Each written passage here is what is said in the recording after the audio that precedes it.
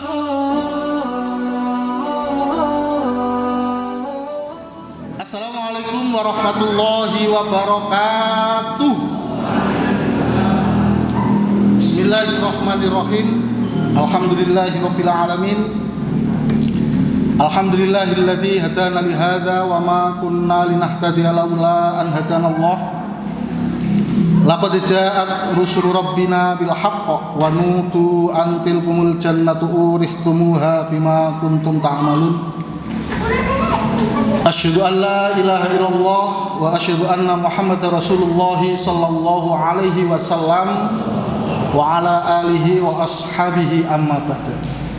Para saudara jamaah sedaerah Kuningan yang kami hormati dan kami muliakan serta kami agungkan semuanya, bapak-bapak pengurus dan yang dimuliakan oleh Allah, para hadirin, para undangan, tamu undangan.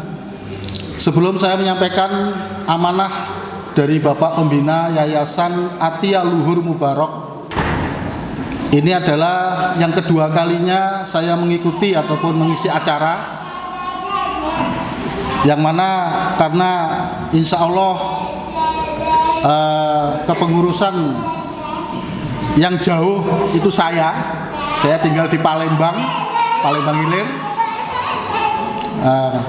Tahun 2016 yang lalu, alhamdulillah saya juga diajak untuk ngisi acara di acara seperti ini, yang barokah seperti ini, di daerah Banten, di Cilegon Banten saat itu. Dan ini yang kedua kalinya untuk saya, tapi acara ini sudah berjalan insya Allah setiap bulan dari sebelum tahun 2016. Mohon doanya semoga Allah berikan aman, selamat, lancar, barokah, penuh manfaat, dan bisa untuk membantu jamaah. Alhamdulillahirabbil alamin. Kami bersyukur, saya pribadi bersyukur, tidak disangka-sangka saya bisa berjumpa dengan saudara-saudara saya, saudara-saudara kami yang ada di Kuningan. Dulu saya pernah punya mubalek, bukan pernah ya, ada mubalek yang waktu itu saya mondok, beliau hadis besar. Kemudian saya lulus, saya tugas di timur, di bawah, di ujung Jawa Timur sana, yaitu di Jember. Mas mubalek ini hadis besar, kemudian selesai tugas di kelompok saya di Surabaya. Bapak Dian, kalau manggilnya saya Cak Dian. Sekarang insya Allah di Majalengka katanya gitu. Kemudian ada mubalek Mas David, insya Allah sekarang lagi asrama hadis besar di Purworejo. Itu kemarin tugas di Palembang Ilir, istrinya juga tugas di Palembang Ilir. Kemudian ketemu di situ, dan nikah. Kemudian kembali ke Kuningan sini.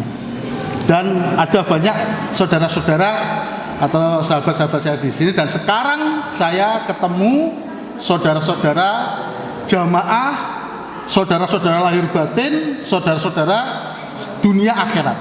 Ini sangat luar biasa. Ini nikmat yang tidak ada bandingannya, Bang. Jadi tapi jamaah itu, al jamaatul rahmat itu betul-betul terasa, betul-betul rahmat Allah itu ada pada diri kita, ada pada di dalam kita. Ini yang harus kita syukuri. Sehingga semua yang menjadi kewajiban-kewajiban, peraturan-peraturan Quran hadis, bahkan tidak hanya urusan agama, urusan dunia pun diperhatikan, diurusi dengan sebaik-baiknya. Maka alhamdulillah, termasuk hari ini kita semuanya berkumpul dalam urusan ibadah kepada Allah, dalam urusan meramut anak yatim, dalam urusan mengasihi anak yatim, memperhatikan terhadap anak yatim dan kaum du'afa. Itu ya Bapak. Seperti tadi yang sudah dibacakan oleh Ustadz kita, ya, Pak Mas Yai Uha, terkenal di Uha ya. Itu. Kenapa Uha nih? Ustadz Abdul Khalid ya? Uha Khalid ya. Nanti itu. Tadi sudah dibacakan di dalam qiraat beliau, tilawati beliau, ara'aital ladzi yukadzibu biddin. Tahukah kamu? Bagaimana pendapat kamu tentang orang-orang yang mendustakan agama? Fadzalikal ladzi yad'ul yatim, yaitu mereka orang-orang yang tidak memperhatikan, mereka orang-orang yang menyia-nyiakan, mereka orang-orang yang menghardik anak-anak yatim. Gitu ya. Dengan anak yatim nggak seneng. Ya. Jangankan bantu, jangankan mengasihi, jangankan menyayangi, jangankan membantu makannya, membantu biaya pendidikannya, membantu urusan ngajinya, sayang aja nggak ada. Ketemu jewer, ada anak yatim dijita, dimarahi, dibentak. Ini bapak-bapak kenaan dalil ara'aital ladzi yukadzibu biddin. Tahukah kamu siapakah yang disebut orang yang mendustakan agama? Orang yang tidak perhatian terhadap anak yatim itu hukumnya sama dengan mendustakan agama. Na'udzubillah min dzalik. Oke. Maka di sini tujuan kami adalah mengajak kepada bapak-bapak, ibu-ibu semuanya selalu perhatian terhadap anak yatim, menyayangi. Kalau kita dapat rezeki berapapun, ya ada sedikit untuk kebutuhan mereka. Nah, diperhatikan di situ. Kalau sekolah kira-kira seragamnya kurang bagus, kurang sedap dipandang mata, gak usah banyak ngomong, langsung dikira-kira ini ukurannya sekian. Kamu kelas berapa nak? Kelas 4 SD Pak. Langsung kita ke toko, baju seragam dibelikan. Oh, nanti ditanyakan seragam untuk anak kelas 4 SD, kelas 4 tapi ukurannya kelas 6. Ya, itu. Nah, diberikan, sudah dikasihkan, ya, diserahkan ke walinya. Ini amal soleh untuk ganti seragamnya. Kemudian ngaji juga gitu, diperhatikan. Kawan-kawannya di situ Qur'annya bagus-bagus, kok anak ini kok di situ Qur'annya kurang bagus, itu ya, hadisnya kurang bagus. Gimana caranya diwujudkan untuk anak-anak kita ini? Itu nanti bapak sudah jamaah semuanya akan menjadi barokah bagi diri kita, akan menjadi di situ kelancaran di dalam kita nantinya mati sewaktu-waktu menghadap kepada Allah. Alhamdulillah, jazakumullahu khairan. Itu. Seperti tadi sudah saya sampaikan hadisnya, ayat tentang bahwa kita tidak boleh menyia-nyiakan anak yatim. Nah, itu tidak boleh di situ menghardik anak yatim. Kemudian selanjutnya kita dinasehati bagaimana caranya untuk bisa menyayangi anak yatim, menyantuni anak yatim, membantu meringankan beban mereka. Mereka merasa terayomi walaupun mereka jauh dari sudah tidak ada orang tua, tidak ada bapak, tidak ada ibu, tapi mereka tetap seperti punya orang tua.